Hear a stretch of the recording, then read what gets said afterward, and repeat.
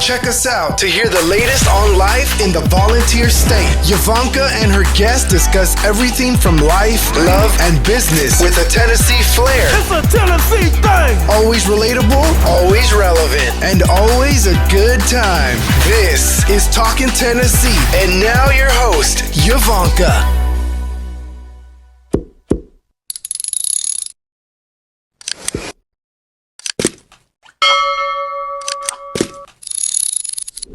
This episode is brought to you by the Landes team, your go-to real estate family in East Tennessee. If you are looking to buy or sell, we are the ones you should call. Give us a call at 865-660-1186 or check out our website at YvoncaSellsRealEstate.com. That's Yvonnca, YVONNCA, sellsrealestate.com.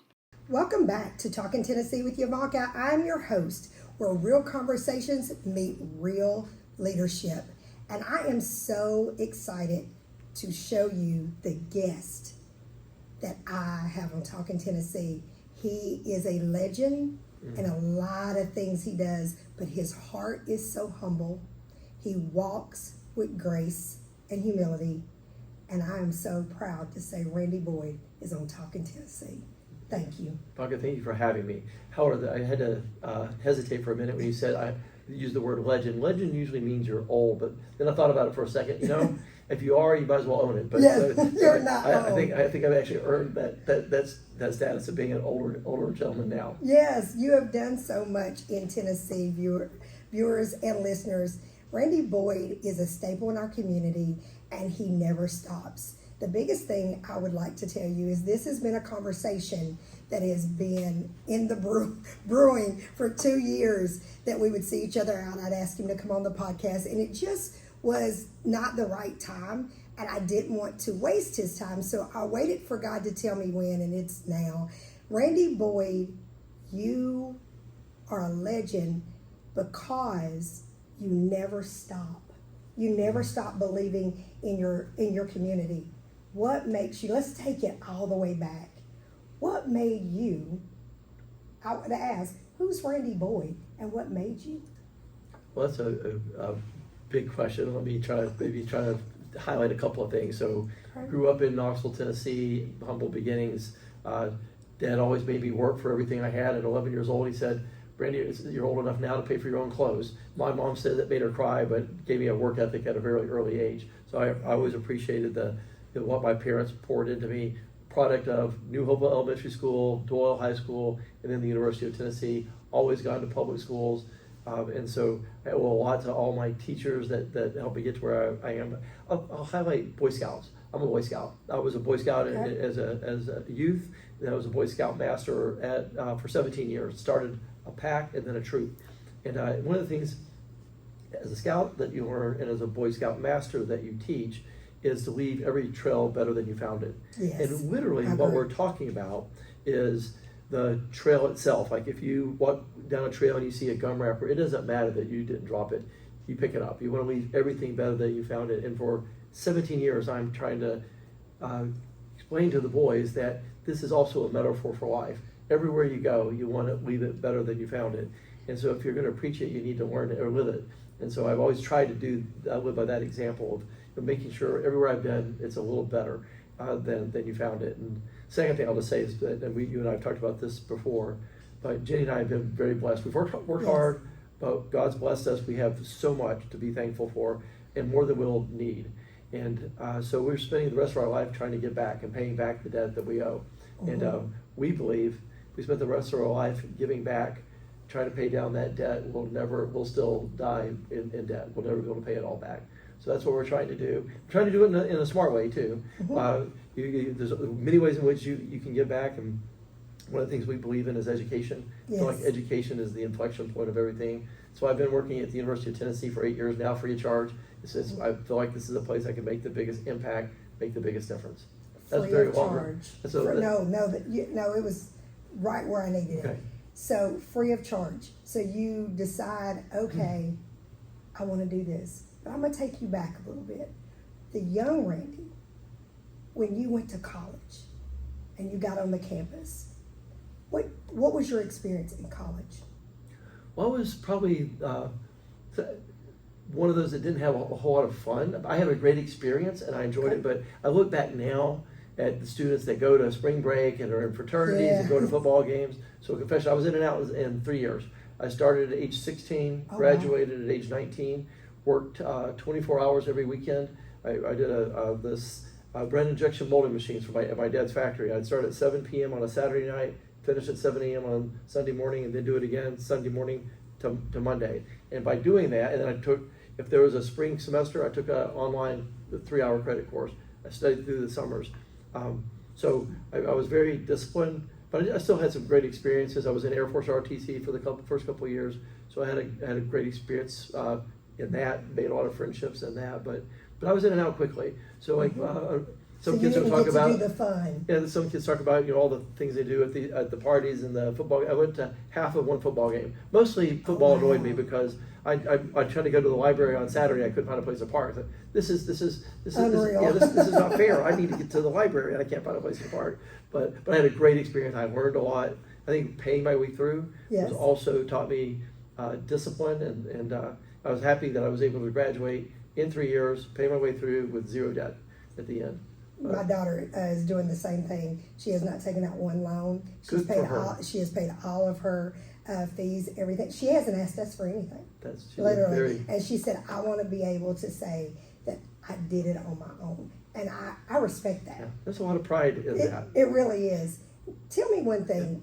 When you were young, was there anybody that just really stuck out, put theirself in a place to help you, that really helped shape you?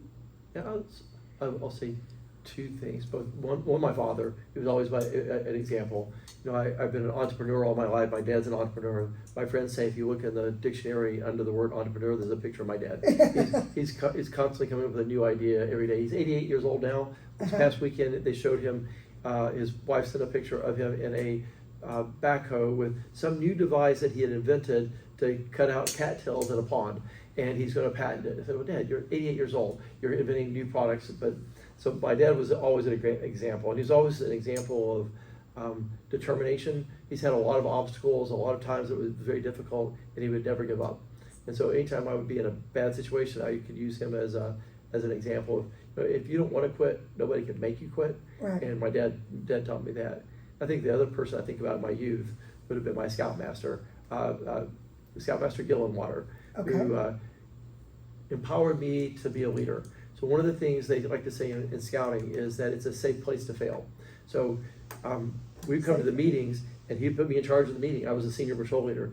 I was in charge of organizing the meeting. If we were going to go on a camping trip, hiking trip, it was myself and the other boys' job to organize it, find out who our transportation was, pick the trail, pick our food, do the whole thing.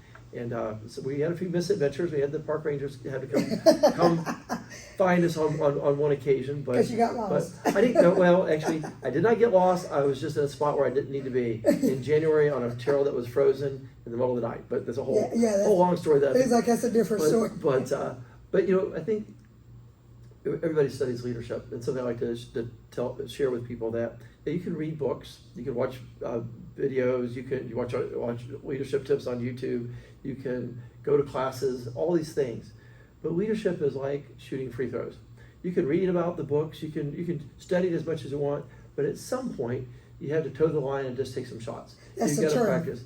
To be a good leader, you just got to practice. You have to practice. Boy Scouts, for me, was a great place to start my leadership journey, just practicing being a leader. That's funny that you say that, because on the way here, me and my husband was talking about, throughout our career, there's some things that we tried, didn't make it, but there's things that we tried that did make it. And I said, but if you never try anything, because I grew up, my grandfather was the very first black principal in Harriman, Tennessee. Oh, wow. And so he really and truly taught a lot of Rome County. And so they just honored him. They did a building in his park, a new building for the community. And I spoke about that, and I said, my grandfather always said, never be scared to try. He said the biggest thing that you should fear is never trying. He said if you try something and it just doesn't work, at least you can say you tried it, and then you can move on. But if you never try anything, you'll never know if you can accomplish. So let's talk about business. Well, let me say, my invisible fence is from your company. Oh, good. I've got invisible fence at my house. But tell me about PetSafe. Where did that come from? That PetSafe was my third company. I started my first company at age 23, which failed quickly and mercifully within 6 months. So that's a whole nother story. Started in desperation, a distributing company that bought and resold electric fencing for cattle and horses. Driving a Dodge Maxi van with no air, no radio, all over Georgia, Florida, and Alabama, calling on little feed stores. 10 stores a day, sleeping at $18 hotels every night. I mentioned I didn't have air conditioning and radio in the van. Air conditioning I didn't have because I'm cheap. That used up too much gas. I didn't want to spend my money on just trying to make myself comfortable. Okay. But I didn't have a radio on purpose because I wanted to make sure that I was focusing on my customers. I didn't want somebody to distract my thoughts. And I always would say, if you listen to your customers long enough, they'll tell you what you need to hear. And about 1989, my customers started asking me for this product called the Invisible Fence. They said the kind of thing every salesman likes to hear. Doesn't matter how much it costs, we'll buy as many as you get. I called up the company. They had a patent that was getting ready to expire, and they also only sold through franchise dealerships. Make a long story short, we bet everything that we owned, which wasn't that much. I think after 6 years of selling electric fencing out of the back of this van, staying at cheap hotels, my total net worth was, on paper, $26,000. Oh, wow. I met an engineer that said he could design a invisible fence-like product for me for $30,000. So I wouldn't be here if you didn't know the other part of the story. We bet everything we owned. First 5 years, well, there's a lot of trials and tribulations. We started the company in 91. By 96, we'd grown it from $1 million to almost $18 million in sales. Oh, wow. Where we were losing money. So it was a lot of trials and tribulations in those first 5 years. But another longer story. We turned the corner in 96. We went from 18 million and losing money to 24 million and making money, and we never turned back. But that was the origin. It was just listening to my customers. And if I want to brag, I'll say I've got 19 patents. But the truth is, wow, of the 19 patents, 18 were total abject failures. One of them was pretty good, but the rest were failures. And what I learned through that process was, every time I think I have a really brilliant idea, I have the engineers design it, and then I announce it to the world, it usually fails. Okay. However, if I go to the customers and ask them what they want and listen really carefully and give them exactly what they ask for, usually does pretty well. That's good advice. Yeah. Yeah. Listen to your customers, and now that applies for people. You don't have to be a dog fence salesman to use that advice. If you're a University of Tennessee president, you need to ask your customers. Talk to the state legislature. Talk to the families of Tennessee. Talk to the students. What do they want? And deliver the programs and the services and the support that they're asking for. So, being a businessman, you're a businessman. You're a leader, public service. What made you say, I want to help the community? Because you already had a successful business. You were on your way.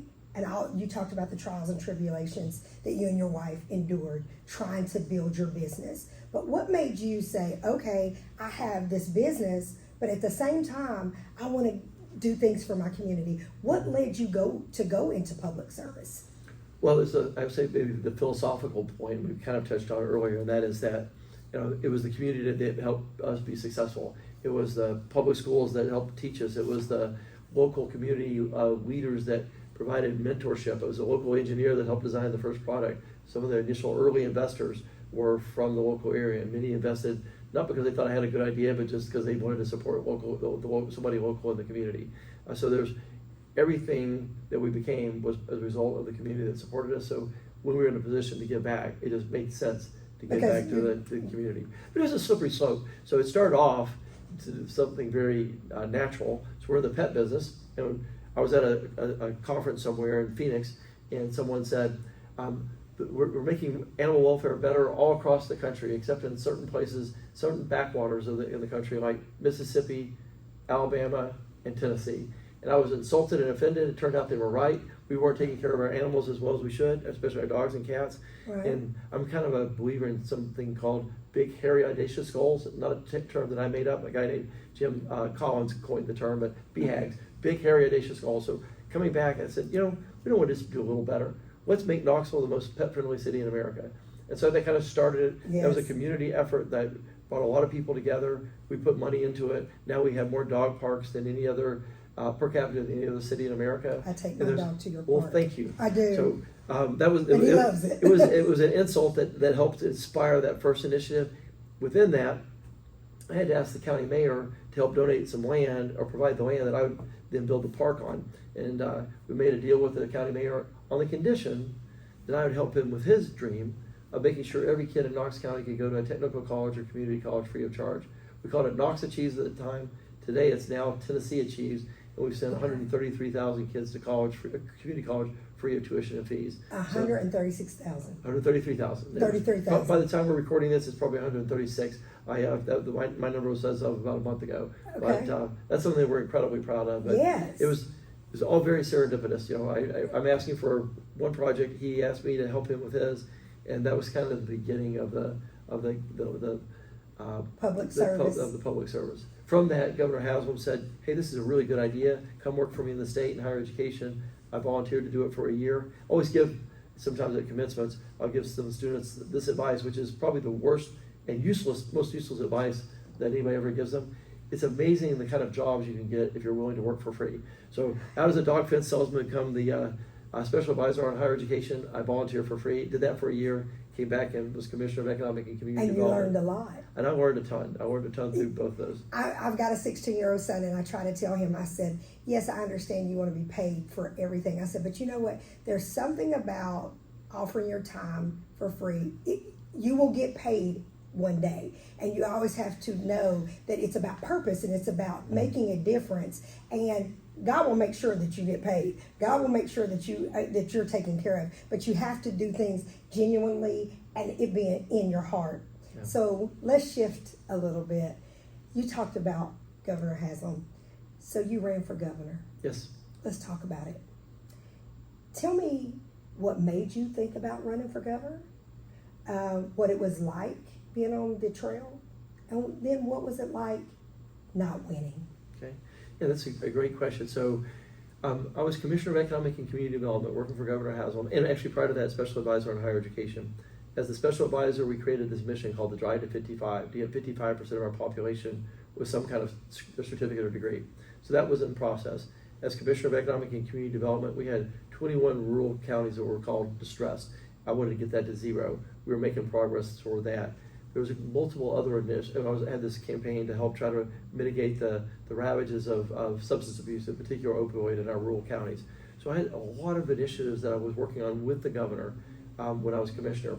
And then it occurred to me around 2017, Governor Haslam only had 2 years left, and we're not going to get all this done.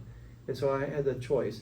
I could stick around for the next 2 years and help him get as much done toward the goal as possible, or I could step back for 2 years, run for governor, and then add 8 more years on to our mission. So I remember when I first ran for governor, I started the first couple of months, I would tell people, it's not about being governor, I just want to complete the mission. Until about 2 months in, then my campaign manager said, you've got to stop saying that. You got to tell people you want the job. Yes. So, okay, so we pivoted and did that. But at the end of the day, it was about wanting to achieve the mission. I'll come back to what it was like at the end when we lost. But I'll say that the good and the bad of the campaigns, it's hard work. You're gone all the time. It's 16 hours a day, every single day. Everybody is judging you. You know, in most life, people, we just have a conversation and we're told not to judge. When you're running, everybody from the window washer to your priest, your friends at church, everybody's judging you and trying to make a decision about you. So being that's kind of in the public eye. That's kind of a lot. And then just the nature of campaigning in the last few weeks, the ads turned very, very negative, and I would literally have people in church look at me like, did you really do that? I said, you've known me all my life. Right. You know I did not do that. So that part's not good. But the part that was really good, through that process, I went to every single county at least four times. I got to know people in every walk of life, in every corner of the state. And I made friends that I'll have for the rest of my life. I got to know people that were in need. I got to learn about their challenges, and we became very, very good friends and really strong relationships. So that was been a benefit. After the campaign, when I lost, I knew I was going to lose 9 days before the election. I couldn't tell anybody that. We had the polling data. We knew it was going the wrong direction. So the election wasn't a surprise. The hardest part of the campaign was those last few days when you know you're going to lose, And I had my sister come down from Wisconsin to be with me when we win, and she's trying to cheer me up and hey, or just say, hey, you're gonna win, and you're trying to be, and you have to, and you're trying not to say, you gotta have to be pretend that yes, we're gonna do it, knowing that you're not, because you can't really say no or we quit, right? But you know, so that was really really hard. But once it was over, it was a relief, and then we got my team together and said, okay, it was really always about the mission. Let's just figure out another way to complete the mission. Unfortunately for me, not really unfortunately, they really wanted a job in state government, right. So they all fanned off and did other things, and rightly so. But did it feel like a crash and burn feel? No, not at all. It was just okay. So the goal was completing the mission. This was a way to do it. There's another way. I had plans. Okay. I was going to buy up little local newspapers. We were going to advocate for some of the issues that we wanted. I was going to have a political action campaign or committee that would donate money to the General Assembly and members that were wanting to support the things we cared about. It had a whole range of ways in which we could still get the job done. Did you ever have any sadness from it? Like I was sad a week before the election when I knew that I wasn't going to win. That was pretty crushing after working so hard for it. But as I told my team, hey, I think this is true about running an election, or winning or losing an election or losing anything. As I told my team, we shouldn't feel sad. We shouldn't feel bad. We left everything on the field. We did everything we could possibly do. We raised every penny. We couldn't have worked harder, and it just wasn't right. But if we had lost knowing that we held back, that we didn't give it our all, that would feel bad. But if you lose knowing that you gave it everything you had, it's okay. I agree. And I think that when your heart is right and in the right place, yes, we're human. Loss is loss. But it hits different when you know that you gave it your all and you know that you can keep working. Because the biggest thing I want people to realize is, and the reason why I asked you this question, because in life, so many people feel like that when they lose something, that defines who they are.